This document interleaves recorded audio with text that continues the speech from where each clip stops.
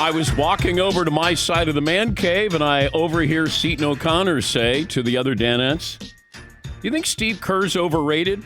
And I went, "Wow, that's a bombshell." Yeah, Seton. I think I said, do you think Steve Kerr's overrated or underrated? Oh, I didn't hear the under. Yeah. I said overrated or underrated if you had to pick one. Oh, okay. That's maybe a poll question. All right.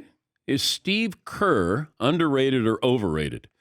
Did you know that he's missed a couple of games coaching? Like, what other sport can you miss a playoff game as a coach or a manager and you go, no big deal.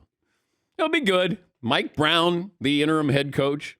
But Steve Kerr's going to the Hall of Fame. Now, you might say he inherited a pretty good roster. No, you can say he inherited a pretty good roster. You got Steph Curry, you got Klay Thompson, Draymond Green. Although at the time when he got those players, we didn't know that they were going to turn out to be Hall of Famers. I think there was still a question mark with Steph Curry, with his ankle. Is he going to be able to withstand the rigors of the NBA? But Steve Kerr has done pretty well taking over Mark Jackson's team. Yes, Seton. Some people call that being born on third. Born on third. I don't know if that's fair, but he did well on third. Well. Yes, he's done very well on third. Okay. Yes, Paulie. Steve Kerr showed up with the Warriors in 2015. I think that was his first ever coaching job, right? He was a GM? Yes, with Phoenix Suns. So his first ever coaching job was Curry, Curry, and those guys. He was 67-15 his first year. Okay. 73 wins the next year. Okay. It's not supposed to be that easy, but he was also an assistant coach with Greg Popovich for quite a few years. He also was with Michael Jordan with the Bulls.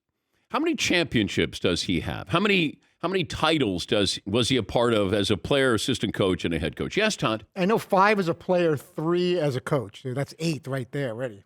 How many as an assistant coach?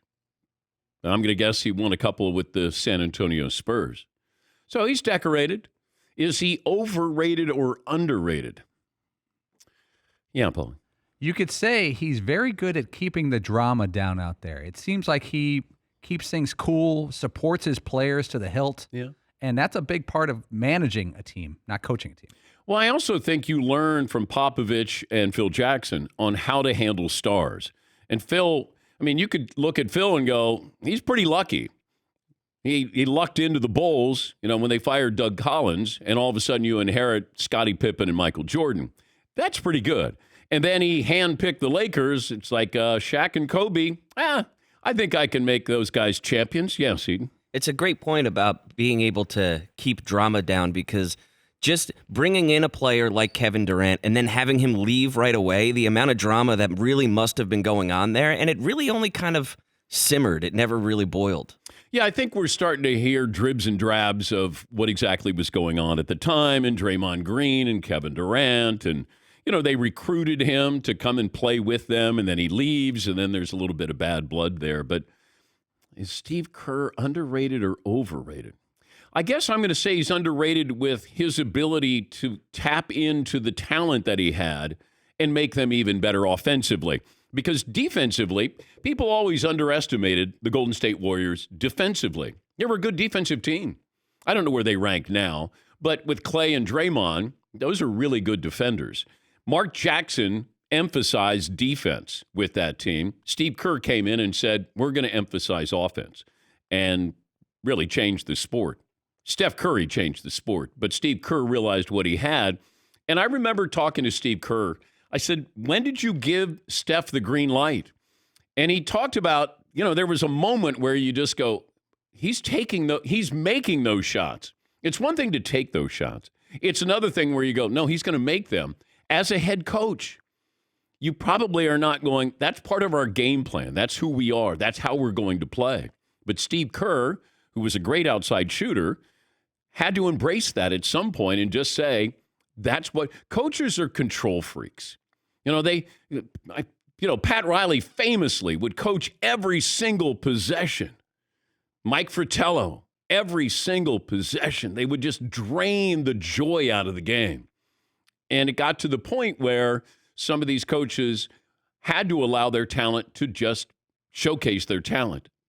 And I think that's what Steve Kerr is probably going to be remembered for, that he won. He knew how to win. He knew how to blend in. He He played a great role with Jordan's Bulls as an assistant coach. GM-wise, I don't think he was decorated. He got fined because of one thing he said on this show when he was GM of the Phoenix Suns, having to do with LeBron James. But what he's done now, because I think you forget that they go to the finals. I mean, how many times have they gone to the finals with Steve Kerr? And they're favored to go to the finals this year, facing the Dallas Mavericks. But I would say he's probably a little underrated because this, we talk about Golden State and we talk about the Stars. It's almost like Phil Jackson.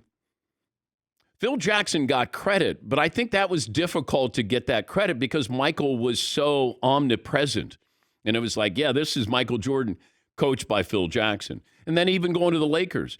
When you have that marquee talent, sometimes you get lost in the mix there. When you have the plucky underdog team, then we talk about the coach. Wow, they went 41-41 this year. What an unbelievable job by that coach. But if you win 73 games, we tend to talk about the talent. Yeah, Paulie. Here's Steve Kerr's playing career. He was known as a clutch shooter. Didn't start a lot of games, so was mostly a bench player. As somebody known as a non-clutch player, do they ever label them that? There's a guy on his team who was known as a not clutch player. In his last 7 seasons in the league, Steve Kerr won 7 titles without starting one game in the regular season or playoffs. He also left the Bulls when the Bulls broke up, jumped over to the Spurs, got a title, and then his last season in the pros before he retired, he got one more title with the Spurs. He ended perfectly. But his shooting percentage in the playoffs, he's like 45% from 3. Yeah, but how many of those are contested? If you have Michael Jordan on your team, odds are you're probably going to get an open look. Just saying. But he won 2 as a role player with the Spurs? Yeah. And then was he on Popovich's coaching staff after that? Checking. Okay. I just see him with USA basketball with Popovich, like 2017 to 2021. I thought he was an assistant coach. And I remember when he was going to coach the Knicks, and he turned down Phil Jackson. I went, wow. He turned down the Knicks to coach the Warriors. He turned down Phil Jackson. Talk about a great decision. I mean, you can say, hey, you kind of ended up on third base with the Warriors, but he was smart enough to say no to Phil Jackson.